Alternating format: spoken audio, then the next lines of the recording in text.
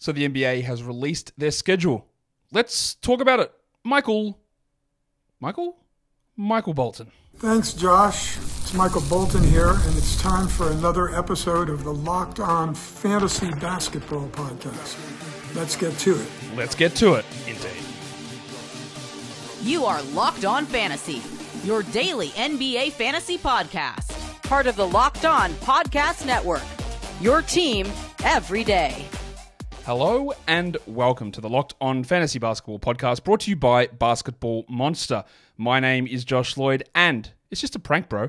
I'm also the lead fantasy analyst at basketballmonster.com, and you can find me on Twitter, as always, at redrock_bball, on TikTok at redrock_bball, and on Instagram at Locked On Fantasy Basketball. Today's episode is brought to you by the Game Time app. Download the Game Time app, use the code LOCKEDONNBA for $20 off your first purchase. Thank you also for making Locked On Fantasy Basketball your first listen every day. We are free. We're available for you to double bang on all platforms. So give it a thumbs up and leave your comments down below if you have not seen it. I recorded my first mock draft of the season, a 12-team, 9-category head-to-head mock draft. Those of you who are asking, yes, I will do a points league mock draft. In fact, I will do many points league mock drafts. Yes, I will do a roto mock draft. Yes, I will do auction mock drafts. Yes, I will do deeper leagues. We will do so many mock drafts. They'll be all over the shop. This was the first one. It was interesting to see how a bunch of other fantasy analysts saw a lot of these players. We weren't running off Yahoo because you can't do them there yet. It was on Fantrax, but just an idea of which sort of players are going to be moving around a lot. And also getting feedback from people on how they view picks. And there's some guys that are still being slept on or overvalued in a lot of different areas. And that's really interesting. As I was recording it, I made a caveat statement saying, I'm doing this mock draft, but I have no idea what the NBA schedule is because it is being released about the time that I was recording it. And it did get released, and that's what we're talking about here. So we're going to break down how the schedule looks. I'm going to talk about how much you should value it, what the importance is, and some differing playoff schedules and the back and forwards or the teams which benefit the most in all those spots. So let's take a look at the NBA's schedule release. We do not care from a fantasy perspective about who's got national TV games. We don't really care who plays on Christmas. We don't really care who's got opening night. We don't care about any of that stuff. That's not really how... that's fine as a general fan, but that's not how the importance of this stuff correlates through to fantasy. But I'm pretty sure you know that. What is important to us is who plays when. When are the games taking place? What's the situation with back-to-backs? And what goes on in the fantasy playoffs? Now, let me just put this out there right now. A incredibly large focus on drafting for the schedule in a head-to-head playoffs is a bad move, with a couple of exceptions. I do not think that you should be drafting necessarily and taking it. Well, this guy's got the 12 games. This guy's got 11. One game over a 3-week period does not matter. I mean, it does, obviously, in terms of you're getting the extra game, but that situation requires perfection. Requires everybody in every situation to be healthy and playing all those games and playing at their optimum, that's not a big enough of a gap for me to focus my attentions on that wholly. The thing that I have maintained, and I will maintain again this year, is what I want to look for when talking head-to-head playoffs, and we'll talk about it later, is which teams play 2 games, because that is bad. And unfortunately, one of the teams that had the 2 games has the 2 games again this year, right? Either first week playoffs or final week playoffs, depending if you use the correct schedule or not. And it's the guys that I took in round 1 or round 2 of the mock draft. It's the Mavs. Spoiler alert, the Mavs again have the 2-week week, which stinks. The other thing we'll talk about is the generalities of the schedule, is that I think the NBA has done a terrible job. Now, let me just rephrase this. One of the things that I think leads to significant problems. You know that I hate the 65-game rule, and I think it caused a lot of problems, and I think it caused issues with players being injured all through these playoffs, which happened. Right? I think that was a huge factor. I despise back-to-backs. Despise them. I think they lead to worse basketball, which is just proven. They lead to more injuries, which again is proven. These are not good things. And the NBA has increased back-to-backs this season. Increased. That I don't have the exact amount, but these back-to-back numbers have increased this season, which I don't understand. I don't get why you would look at the schedule, look at what happened last year when Halliburton was hurt and Kawhi got hurt and Embiid was hurt and Giannis was hurt and Jimmy Butler was hurt. Everyone was hurt. So why are we doing more back-to-backs?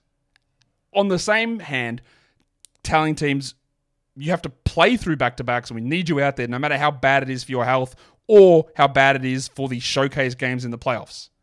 Just complete insanity. And that's where we're at. I want to live in a world where back-to-backs aren't a thing.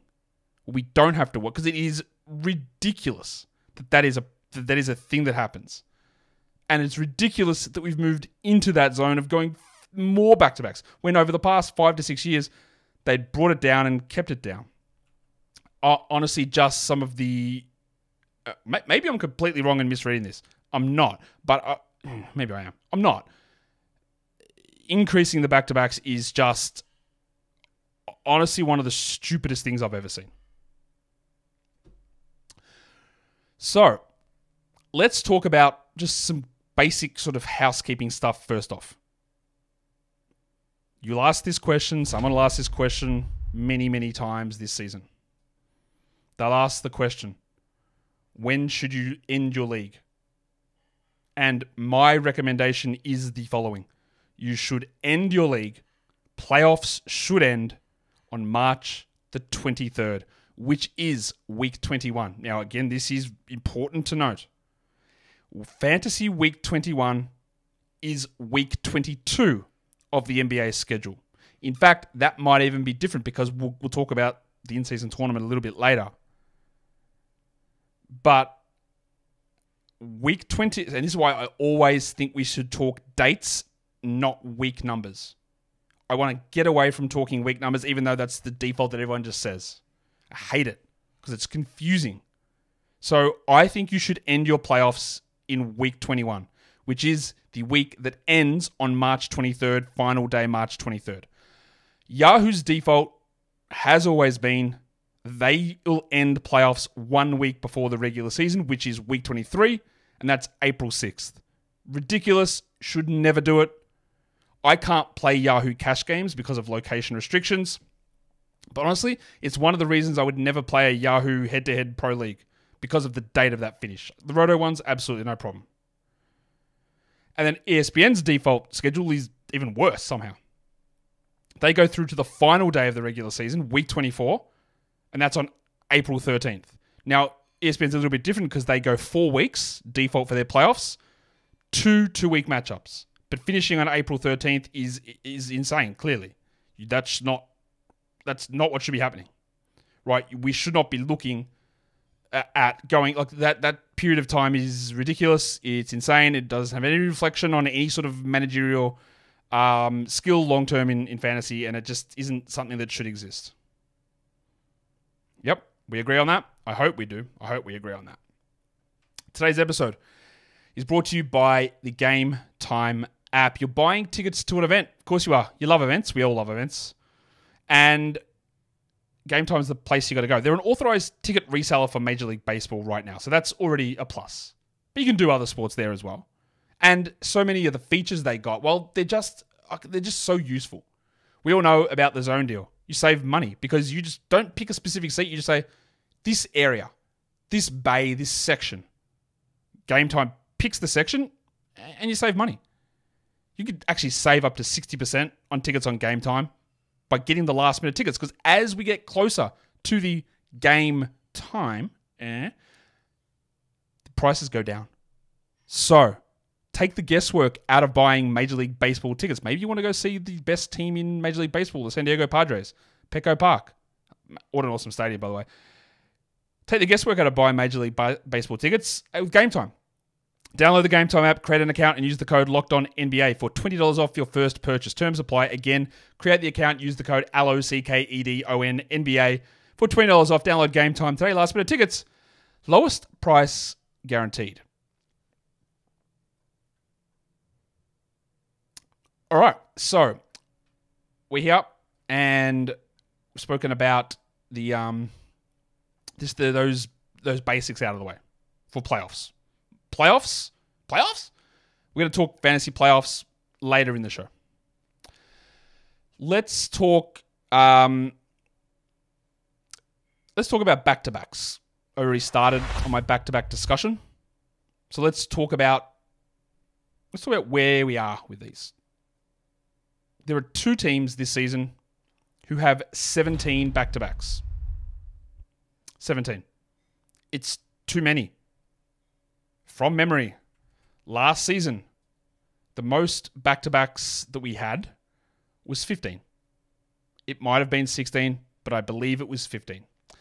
And yeah, that's, to me, a pretty sizable problem. Just why are we increasing these numbers? I will never find a reasonable argument for doing that. I know part of it is because of the in-season tournament. We do know that. It's still pretty crazy that is something that's happening. So the Thunder and the Wizards have the most back-to-backs in the league. Now, thankfully, Oklahoma City is incredibly competitive. There's no one that really stands out. People had that worry with Chet last season, and that clearly didn't happen. He played every game. I guess they could be so good that they can wrap things up and start sitting guys, and it's always, which is, again, the smart thing to do. But they have the most back-to-backs in the entirety of the NBA. With 17, again, which is it's just too many. It's just too many. So, what about the next group of teams? Forget that. Look, there's nothing that's giantly red flag apart from just that being like a big amount. Now, so what's 17 out of 82? It's not quite a quarter of the games. Actually, you know what it is? 17 back-to-backs means 34 of your games out of 82 are played on back-to-backs. That is over a quarter. That is over a third. That is approaching half. That's approaching half. Insanity.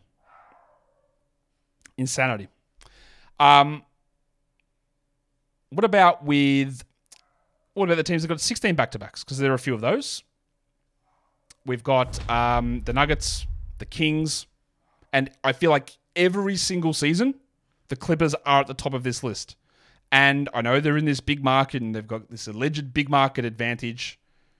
But every year, the Clippers have a terrible schedule. They usually have lower quality games and higher back-to-backs. And again, they have the second highest amount of back-to-backs. 16 back-to-backs for the Clippers. Kawhi coming off another meniscus injury. I will be stunned if Kawhi plays in back-to-backs or every back-to-back. He'll play some. It makes no sense for him to play them. I will be stunned if he plays them. That's a red flag. Second most back-to-backs. The Rockets have 16. The Bucks have 16 as well. Now, we know that Chris Middleton has had a million knee injuries, and now he's coming off bilateral ankle surgery. So that's a risk. Now, Middleton goes really late in drafts, but they've got the second most amount of back-to-backs. Giannis had the calf at the end of last season. He's had a persistent knee problem. Brook Lopez is a million years old. I think there are some red flags with Bucks players due to having the second most amount of back-to-backs. Unfortunately for us as well, is that there's some other real risky teams with the high back-to-back numbers. Mainly the Pelicans have 16 back-to-backs, so we're on Zion and Ingram watch if Ingram even plays for this team anymore. The Hawks have 16 back-to-backs. They should be okay. And the Suns, with Kevin Durant, who was very healthy but played a million minutes last season.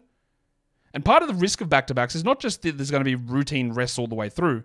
Is that if you get hurt, and then as you return from injury, you won't play the back-to-backs for a period of time. So if KD gets hurt and then comes back, we hope he comes back, then you've got to navigate more back-to-backs than a bunch of other teams. So Beal and Book are also injured a ton last season. This is a risk. This is not, look, it's not as bad as the 17-game ones, and I'm not as worried about as I am for the Clippers or as I am for the Bucks or even for the Pelicans. But it is a concern that is, again, something that is happening. The mid-range point in terms of back-to-backs, the 15 games, 15 back-to-backs, I'm trying to say. Knicks, Heat, Spurs, Grizzlies, Hornets, and Pistons. All right, that's fine. There's still more teams who have 15, and one of those is the Philadelphia 76ers and Joel Embiid. The Raptors, the Nets, and the Jazz. So 15 is not as big as 17 because I know numbers, but it's still high-ish. 15 is a big-ish number. And we have to worry about Embiid there. That means that there is possibly 15 games of Andre Drummond starting. Possibly. Throw in other injuries that Embiid might accrue. Does Drummond start 30 games? Maybe. Raptors and Nets on the 15 back-to-backs, and the Utah Jazz, who have signed Larry Markkinen. He will not be traded, and they will probably tank again in March and April. Not that Larry's going to play many of those games anyway, but we watch that as a very, very soft red flag. There's only 3 teams that have 14 back-to-backs. Timberwolves, Pacers, and Warriors. Great for Steph, great for Halliburton. Not that it matters that much for Ant Edwards, but it does for Towns.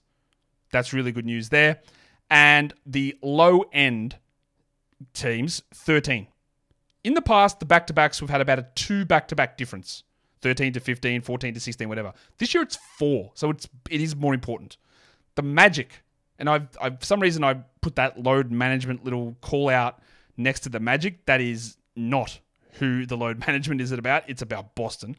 The Magic have the 13 back-to-backs. The Celtics have 13 back-to-backs, and they are a team that aggressively load managed. We know that Horford is going to sit these games. So they came in at 17. It's a big difference versus coming in at 13, the lowest amount. So 13 back-to-backs, great for Boston. Still don't recommend drafting Kristaps Porzingis, but it's helpful there.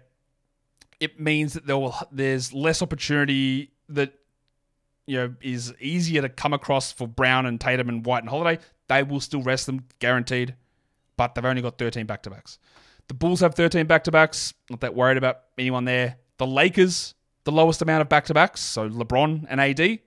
Some better news there. The Mavericks have 13 back-to-backs. And the Portland Trailblazers have 13 back-to-backs as well. Yes. So, what we want to talk about now is quality games. Do you even know what a quality game is? Because I'm going to talk about it now because I think it's important. If you are watching on the video, you can see it come up on the screen. A quality game is a game that takes place on a lower volume day in the NBA. Less than 10, 9 games or fewer. Because the reason that we have that designation is that in a standard format league, 10 starters, 3 to 4 bench, if there's 9 or fewer games on in the NBA, you will be able to start all of your players. You don't have to make any start or sit decisions. If you go over 10, well, it does start to become a more difficult scenario. So, quality games is a way of differentiating what the schedule looks like for a bunch of different teams, right? And there is a wide gap. Because if a team has more quality games, it means more of their games are on the lower volume days, meaning that opens up active roster spots on your fantasy squad on the higher volume days, the 11-game Wednesdays, the 12-game Fridays, the 13-game Wednesdays. If you get more players with the more quality games, that means those days become more open and you don't waste guys' games sitting on your bench. You don't have a situation where you've got 12 guys going on Wednesday and you can only play 10. So the more of the higher quality game players you get, the more you can spread your games out through the week. And we know in most leagues there's no games limit, so you can accumulate more volume that way. That is why I talk about quality games as an important thing. Now let's talk about the negative side of the quality games in terms of just like who doesn't have them. Who's got the low volume of quality games? Memphis has 44. Phoenix has 44. Orlando has 45. And the Clippers have 47. So the Clippers, again, just getting smacked. We talked about the Suns having some higher back-to-backs. They got low quality games too. Bad scenario. The Magic had very low back-to-backs, which is good, but very low quality games, which is bad. And the difference here is that the high watermark quality game team has 59. The low has 44. That is a 15-game difference. Again, I can count. That is significant. We'll talk about who the 59 team is in a sec. But the Grizzlies and the Suns, the lowest amount. So when you're making draft decisions or free agent decisions, a lot of quality game stuff is just week by week waiver streaming. But if there's guys you find are very similar, you want to default towards the higher quality game players. If you're deciding to take Devin Booker or Kevin Durant, if you're deciding when you're taking Ja Morant and there's someone from another team that plays 10 more quality games, I think you want to take that guy. We'll get into the rest of the quality game stuff in a sec. But today's episode is brought to you by FanDuel. Oops, that's not FanDuel. Apologies to you, the old FanDuel. This is FanDuel. FanDuel Sportsbook. Because all through the summer, we all know that sports, there's not as many. We are starting to get excited. NFL season's coming. NBA season's coming. We've got the schedule. But baseball's going on. WNBA is on. And FanDuel knows they're going to give you a little bit of something just to push you along. Every day, every single customer, all summer long, gets one of two things. A boost or a bonus. So a daily boost or a daily bonus every day, all summer long for every customer over at FanDuel. So head across to FanDuel.com right now and start making the most of your summer. FanDuel is an official sports betting partner of Major League Baseball. And don't forget to gamble responsibly. All right. Let's talk again about the quality games. Who's on the high end? The Milwaukee Bucks. And we talked about Chris Middleton, the Warriors. We talked about Yanni and the Warriors with some of those back-to-back numbers. But the Bucks have a staggering 59 quality games. 59. So 59 of their 82 games are on days when there is less than 10 games on. That's unbelievable. That is very, very good. So, to me, the value of Lillard rises. The value of Middleton rises a little bit, even though with the higher back-to-backs. The value of Giannis, at least, is not getting hurt here. Not that we're changing much with him. The value of Gary Trent, especially as a streamer, when you're going to be playing on all the low-volume days, that is important. Bobby Portis, the value is better. The Nets also, for some reason, have 55 quality games. Cool. Cam Thomas, there you go. Whether it's Cam Johnson or Noah Clowney or Nick Claxton, whatever. The Sixers have 54 quality games. So while we had the high number of back-to-backs for Embiid, or 15 of them, this helps. It helps you Maxey, helps Paul George, helps all those guys. And then for the Mavericks, they've got a really bad playoff schedule, but the high number of quality games. And a lot of this does tie into who's playing on national TV. Don't know about the Nets because the Thursday games, the Tuesday games, they're the national TV games. And there's just fewer games on those days. Again, I have real issues with the way the NBA sets up their schedule. 2 games here, 12 games here. But that's what they do. Speaking of a little bit more about the NBA schedule, we're going to have that situation again with the in-season tournament where there's that period of time when there are going to be fewer games on, which is week 8, beginning on the 9th of December, where at the moment, a lot of teams have only got 1 game scheduled or 2 games scheduled. Now, there will be extra games added in when we find out the finalists for the in-season tournament. But if you remember that period last season, and the in-season tournament final game does not count for fantasy, remember that period of the season, that there is an argument to be made to combine that week with the week prior, turning it into a jumbo week. Now, it probably gets a little bit too big, but like, for example, the Nets play 3 games in week 7 and 1 game currently scheduled in week 8. Yeah, that's not very many, obviously. Versus that's 4 games, and some teams will play 6 games across that week. I haven't decided what I will do with leagues, whether I'll combine those groupings. I don't know that I will, but I might. I might. It's definitely up for discussion. All right, so we've talked quality games. I think what we need to talk now is playoffs. And let's talk about my recommended playoff schedule. What is it? What is my recommended playoff schedule? Well, I'm going to tell you about it. I'm going to show you right now. Because I do think that this is how we should do it, and I've given this... Oh, that's the wrong thing. I've already told you what it's going to be. It's going to be finishing on March 23rd. And that's week 19 to 21. And as you can see there on the screen, if you are watching this, there is a split between 12 games and 9 games. The 12-game teams, Houston, the Clippers, the Heat, the Sixers, and the Jazz have 12 games in that period. That, I'll put that back up. No, you guys can read that in a sec.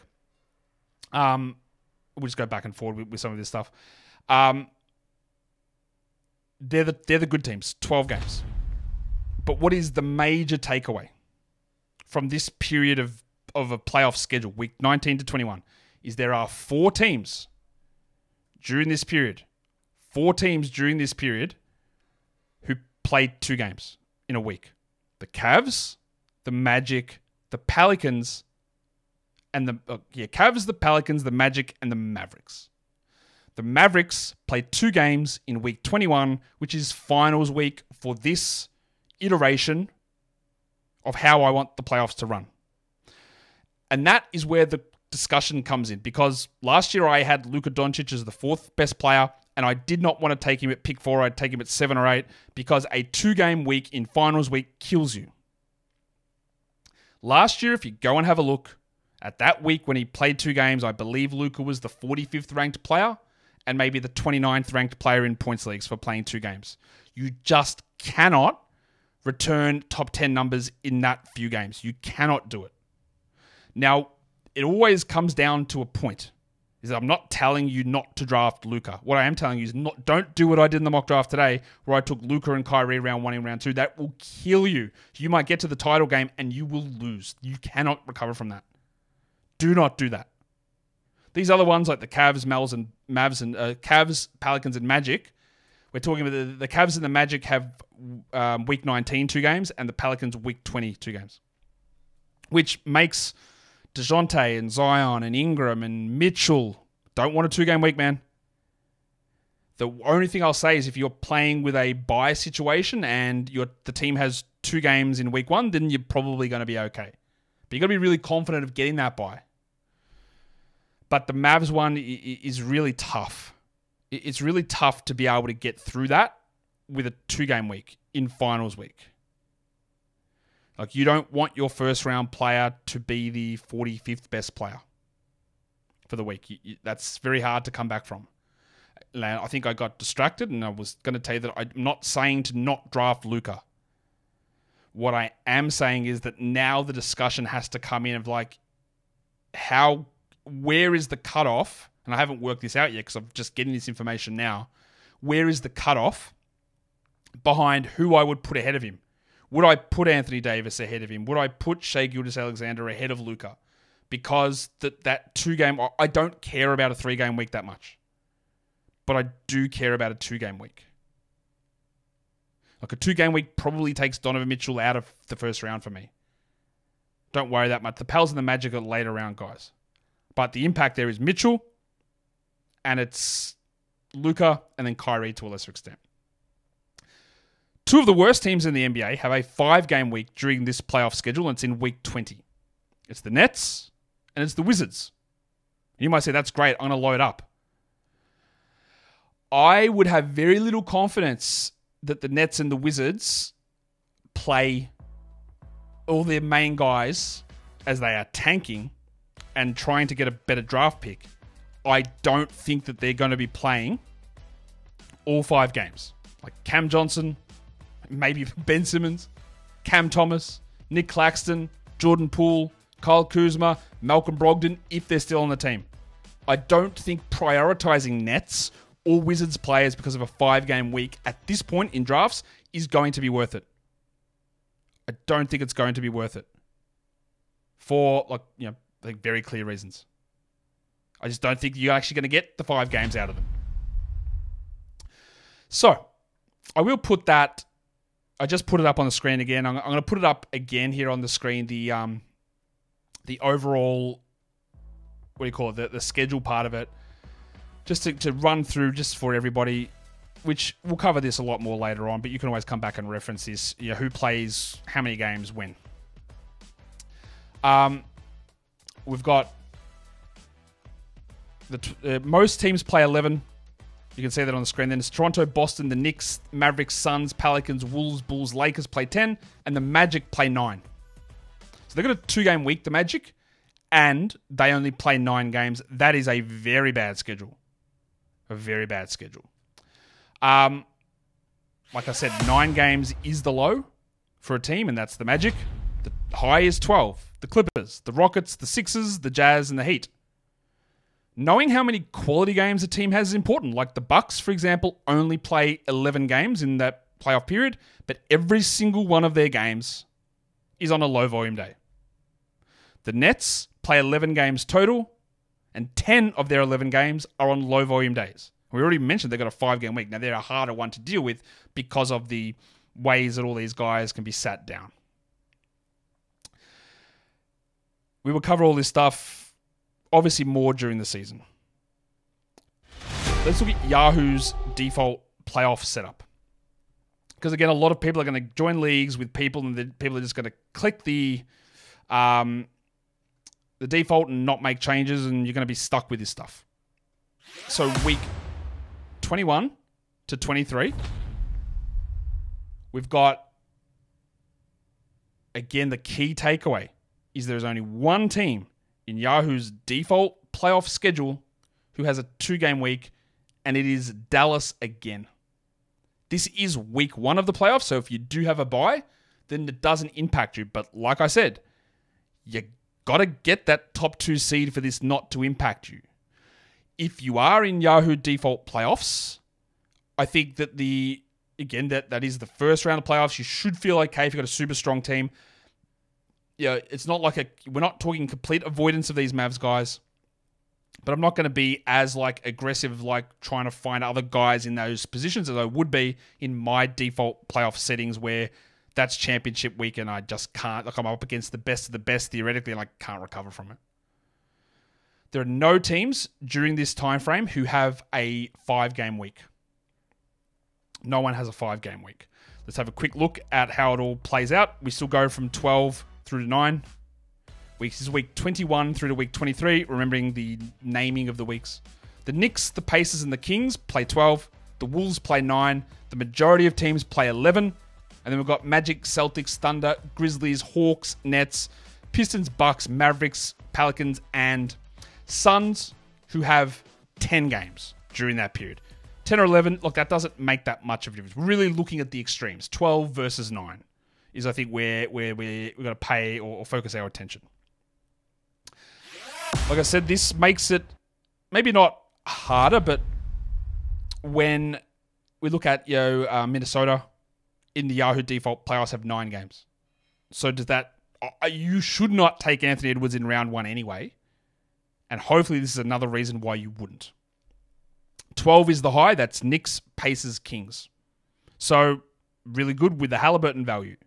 Sabonis, Fox, DeRozan. The Knicks with Randall, Brunson. This is useful for them.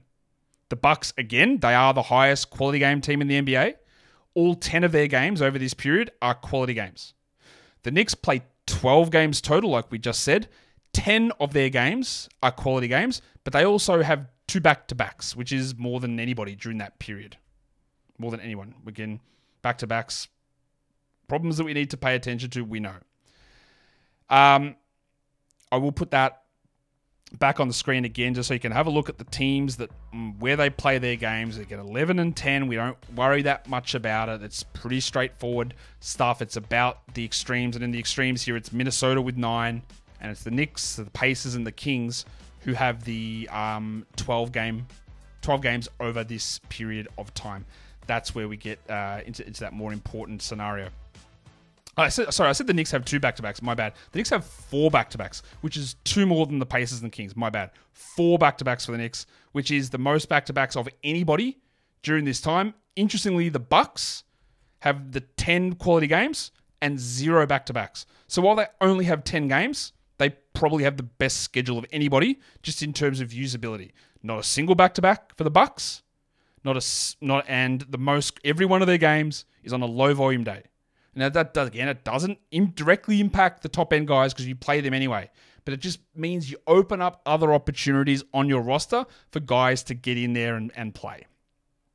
Lastly, we're going to look at ESPN and their default settings. Now, you should not play fantasy on ESPN. I don't even think you should play on Yahoo, to be honest, because I don't think their settings and the way they run things is particularly strong. Sorry to old mate Dan Titus, who we love here. Fantrax is the place to go. But ESPN is worse. Simple as that. They don't care. Their defaults are bad. Their draft room and rankings are bad. They don't have players available to add that have been in the NBA for a year or two. And it becomes frustrating to keep asking and keep asking.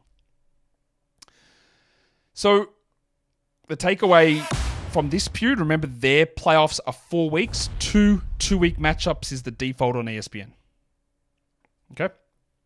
The takeaways here is we're looking at the Mavs still with that 2-game week in week 1. Now, there is no buys in an ESPN playoff, so that becomes more important.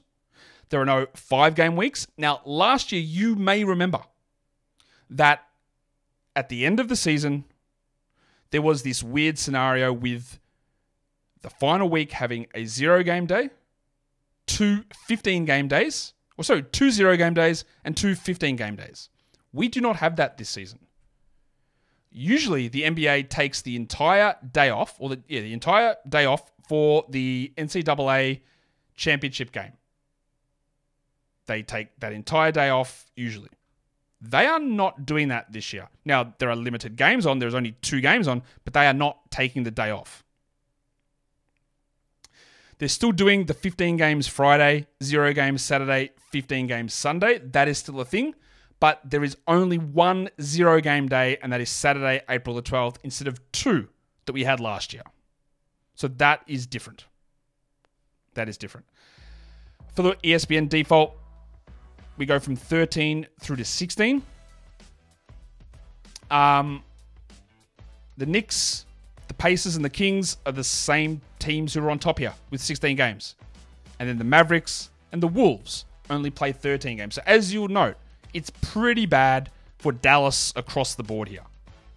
So we go 13 through 16 across 4 games. Dallas and Minnesota in the worst spot. Knicks, Pacers, Kings in the best spot. Like we said, 13 games the low, 16 games the high.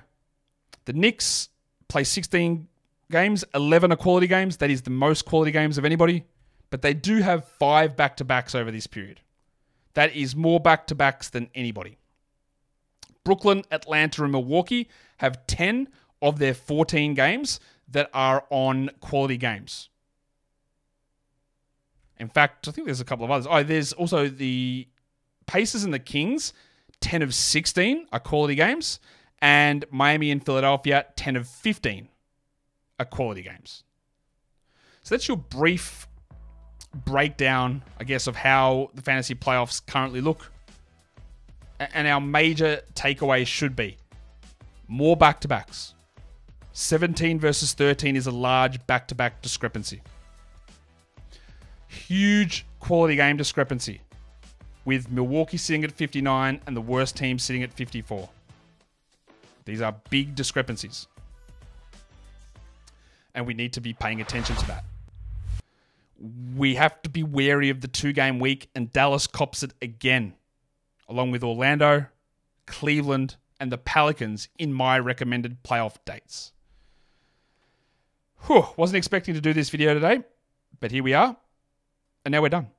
So hit the thumbs up, leave the comments down below, and tell me what do you think about the way this schedule played out. Follow along on audio and on video and all that sort of stuff. Guys, we are done here. Thank you so much for listening, everyone. See ya.